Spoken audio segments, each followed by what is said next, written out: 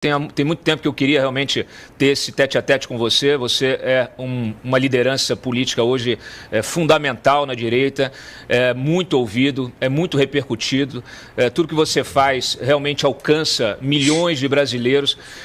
Então, assim, realmente é fundamental que a gente possa trazer essa tua voz para o nosso público aqui, para a nossa audiência, que é uma audiência qualificada. Inclusive, quem quiser aqui fazer pergunta para o Nicolas pode usar o Superchat e já disparar as perguntas. Eu vou abrir puxando um pouquinho pela tua entrevista de ontem, porque o SBT News, eu sempre digo que jornalista não deve ser notícia, né? Nem veículo de comunicação, mas a nossa mídia, ela está gostando de ser notícia, né? Porque ela está enveredando por caminhos, muitas vezes, que a gente realmente tem que colocar em discussão, né? A gente vive um momento brutal aí, com um regime de força, com restrição das liberdades de expressão, da liberdade de imprensa. Então, quando você vê um veículo de comunicação grande como o SBT lançando um canal de news, um canal de notícias 24 horas, e trazendo para esse evento justamente aquele personagem que é o personagem mais deletério hoje da República, que se chama Alexandre de Moraes, a gente não pode ficar calado. E você ontem foi convidado a dar uma entrevista e falou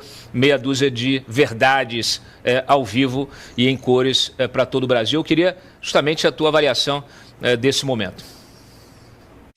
Então, Cláudio, obviamente, como eu descrevi ali, né, ao vivo, o problema não era a presença dos políticos, o problema não é a presença do Lula, até mesmo porque o Bolsonaro também já foi ali no SBT anteriormente. O grande problema realmente é o magistrado se colocar como uma celebridade política, usar ali de um palanque para poder falar em verdades políticas, principalmente em um dia para se autopromover por conta de uma decisão geopolítica que era a derrubada da Magnitsky. Então eu deixei isso muito claro. Depois o próprio Leandro também falou algumas palavras que inclusive foi bastante profissional, me deixou eu terminar ali o meu posicionamento, não me cortou hora alguma, e eu o rebati também com muita educação, dizendo que, olha, mesmo que se fossem convidados, não tem nenhum problema, mas um juiz, pela Constituição, ele não pode ficar falando fora dos autos, né? Só aqui no Brasil que a gente não, né? Que a grande parte aí da mídia e de artistas e de establishment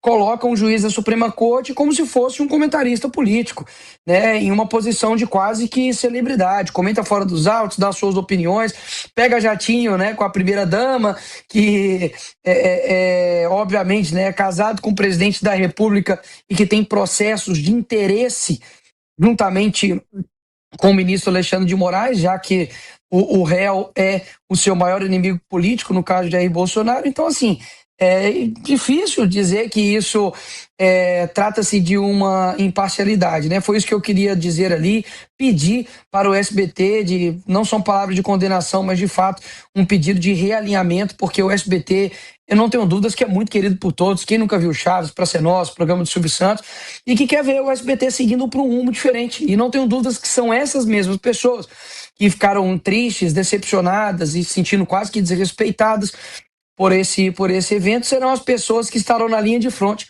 defendendo o SBT caso o jogo inverte, né? A gente já viu em outros canais de televisão de que estavam, enfim, caminhando para algo, o STF começou a sua perseguição, e, enfim, acabou se perdendo extremamente a audiência porque se curvaram ao establishment, né, e ao nosso Supremo Tribunal Federal. Então, foram essas minhas palavras, quero deixar registrado aqui, enfim, o respeito que a Dani teve de me convidar, da mesma forma também o respeito que o Leandro teve ali na condução. Eu ontem conversei com alguns executivos do SBT, porque eu escrevi também um artigo muito duro, alguns me ligaram, tentando justificar o que aconteceu na sexta-feira.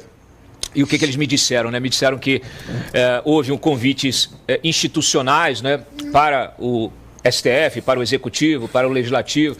O próprio Davi Alcolumbre, né, na condição de presidente do Congresso, também foi convidado, acabou não comparecendo em função de questões pessoais, e que o Fachin, na véspera, estava certo de ir, na véspera disse que não ia, e aí acabou enviando o vice, né, que é o Alexandre de Moraes. Mas você tocou num ponto que é fundamental. Magistrado, especialmente ministro de Suprema Corte, não pode ficar fazendo papel político, né? Quando eles entram na arena política é que começa a haver uma distorção de todos esses poderes, começa a haver Cláudio, e mais um ponto. não foi somente, eu deixei isso também claro ao vivo lá na SBT, e obviamente com muito respeito, que não foi somente a postura dos ministros e o palanque dado que foi o erro, né? Principalmente ali com relação ao Alexandre de Moraes, especificamente do Alexandre de Moraes, mas principalmente também foi a maneira não protocolar de receber essas autoridades. Assim, foi o que eu disse, praticamente ficou parecendo que era uma festa entre amigos, sendo que, peraí, nós estamos tratando ali de uma autoridade, tem que receber sem nenhum problema, mas a imagem que foi passada para esses brasileiros que sempre viu o SBT como um fronte, como um farol ali da liberdade, enfim, daquilo que nós acreditamos do que é certo, ficou muito ruim, de fato, ficou muito ruim, porque você tem ali abraços e afagos e beijos com pessoas que literalmente apoiam movimentos terroristas, que apoiam o Hamas.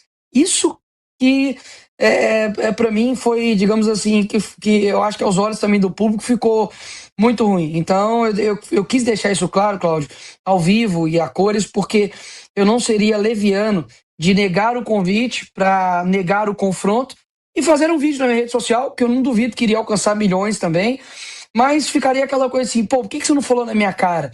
Né? Por que você não enfrentou? E eu acho que eu, mais do que como político, eu como cristão, eu preciso enfrentar quando ninguém quer enfrentar, eu preciso falar quando ninguém quer falar, e eu não vou deixar de me posicionar no local que devo se posicionar, já que foi me dado o espaço, porque está tendo um cancelamento ou um boicote no SBT. Não, eu quero falar exatamente no local mais escuro. Porque se eu fui chamado para ser luz, eu tenho que brilhar na escuridão. Então, se algum dia, Nicolas, você vai ser chamado para poder falar em um evento como, por exemplo, do da ONU, que eu fui. Fui na ONU, chamei o Lula de ladrão lá dentro. Eles vão me chamar? Não sei. Talvez nunca mais. Mas a palavra foi dita. Se algum evento, Nicolas, um evento do STF, eu vou lá, vou, para poder falar a verdade na cara deles. Vai me chamar para ir na Globo, Nicolas, você vai? Vou também. Por quê? Porque eu acho que são nesses ambientes que a gente precisa alcançar as pessoas. A gente não pode, Cláudio, ficar só falando em ambientes onde as pessoas já concordam conosco, porque isso seria praticamente como no Evangelho pregar para convertido. E eu não acho que esse é o meu papel. Sem dúvida. Eu sempre abro o programa aqui para a esquerda, né? Não sei se você sabe, eu sempre convido aqui, mas ninguém vem. Mas tudo bem, não tem problema não. É porque também tem que ter coragem para fazer esse enfrentamento político. A gente tem que voltar a travar a política no seu...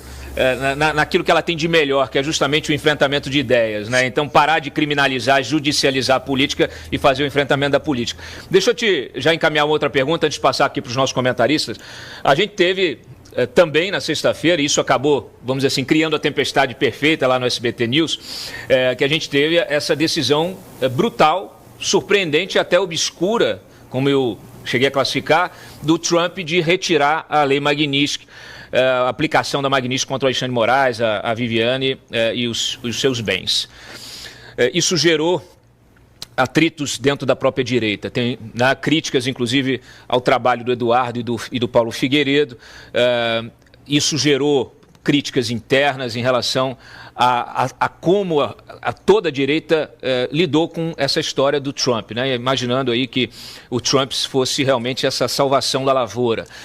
Eu sempre disse que sanções eram importantes, mas que elas não resolviam o problema, que o problema precisava ser resolvido internamente. Quer dizer, se a nossa cidadania, a nossa sociedade não se erguer, não se levantar contra a ditadura de toga que nós estamos vivendo, esse problema não será resolvido externamente, né? A gente pode ver, comparação muito simples, você pega ali a Venezuela, os ministros do Supremo da Venezuela também estão todos sancionados, o presidente da República sancionado, quer dizer, ministros do governo sancionados, está todo mundo sancionado. E continua sendo uma ditadura, está de pé, e apesar até do cerco militar, o Nicolás Maduro continua lá. Então, a gente sabe que as sanções elas são importantes, mas não resolvem. Só que eu acho que a forma como aconteceu, né, o Trump justificar de maneira clara, descritiva, numa carta pública, com nota do Departamento do Tesouro, por que estava aplicando a Magnitsky. E agora, suspender sem explicação alguma, eu acho que pegou mal, né? Eu queria saber a sua visão disso e se você pretende, de alguma maneira, usar também as suas conexões nos Estados Unidos para esclarecer o que está acontecendo no Brasil e até cobrar algum tipo de explicação Não sei se você já teve alguma explicação, eu sei que você tem canais lá, mas eu acho que a gente precisa ainda ter uma compreensão mais concreta do que aconteceu. Ainda parece um mistério essa decisão do Trump. Então, Cláudio, precisamos dividir em alguns pontos, né? Fazendo um retrospecto. Há mais ou menos, não sei, foi 8 meses, eu estive num podcast, né, do PBD, é um dos maiores podcasts do mundo, já recebeu o Trump, já recebeu o Mike Tyson, já recebeu, enfim, pessoas, enfim, celebridades de todos os tipos de área. E eu fui convidado para poder estar lá e estava exatamente fazendo, o Patrick estava fazendo essas perguntas para mim. E eu dei uma resposta dizendo o seguinte: olha, eu não quero que o Brasil tenha interferência de nenhum país, nem para poder ajudar a esquerda, nem para ajudar a direita. Por quê? Naquele momento a gente estava falando da interferência que o governo Biden fez nas eleições de 2022, com dinheiro da USAID, etc. Eu falei, olha, percebe que é ruim uma interferência dos Estados Unidos quando é para a esquerda? E eu quero chegar em um ponto que o Brasil fique igual os Estados Unidos. Ninguém, digamos assim, interfere nos Estados Unidos nesse sentido. Eles, de fato, são soberanos, né? É claro que geopoliticamente você tem alianças, você tem países que também interferem na política interna dos Estados Unidos, mas nem se compara com, infelizmente, aqui com um laboratório, né, geopolítico que é o Brasil para os outros demais países. Então, nesse sentido que eu estava falando. E aí o Patrick fala assim, poxa, mas e aí, o que vocês vão fazer então? Porque se não tiver ajuda dos Estados Unidos, o que vocês vão fazer? Falei, olha, eu acredito no poder das pessoas. Eu acredito que o brasileiro precisa ter uma consciência política de mudança. Não tem como ter um Brasil novo sem novos brasileiros. Não tem como. E o que eu fui massacrado, Cláudio, por essa fala, não está escrito. Então, assim, hoje, infelizmente, como diz o Olavo, a política virou torcida. Né? Você tem que ser torcida, e a política não é torcida, cara. Você precisa realmente fazer uma análise e compreender que tudo que você fala, e principalmente na minha posição, que eu sei que hoje, por exemplo, o meu Instagram é uma ferramenta muito forte, não é à toa que a esquerda quer derrubar toda semana. Nego quis me colocar na cadeia por post meu. Então, assim, a minha rede social incomoda? Incomoda, e eu sei disso. Por quê? Alcança muitas pessoas. E nisso, eu não tinha feito nenhum vídeo a respeito da Magnitsky. Por quê? É evidente, claro e evidente, que todo mundo da direita torce para que a Magnitsky gerasse o efeito real. Ou seja, gerasse o efeito de recuo, que eles realmente dessem a anistia, ou que tirassem Bolsonaro da cadeia, ou de que parassem com a censura que estava sendo estabelecida aqui no Brasil. E durante, ao longo desse tempo, foram acontecendo algumas movimentações, como, por exemplo, a saída do Barroso. E ao invés de reconhecer que, ok, o Barroso saiu, mas e as mudanças que nós estávamos querendo, no sentido de recuo da perseguição, da derrubada de inquéritos, de parar a perseguição em cima do Bolsonaro e seus aliados, não ocorreu.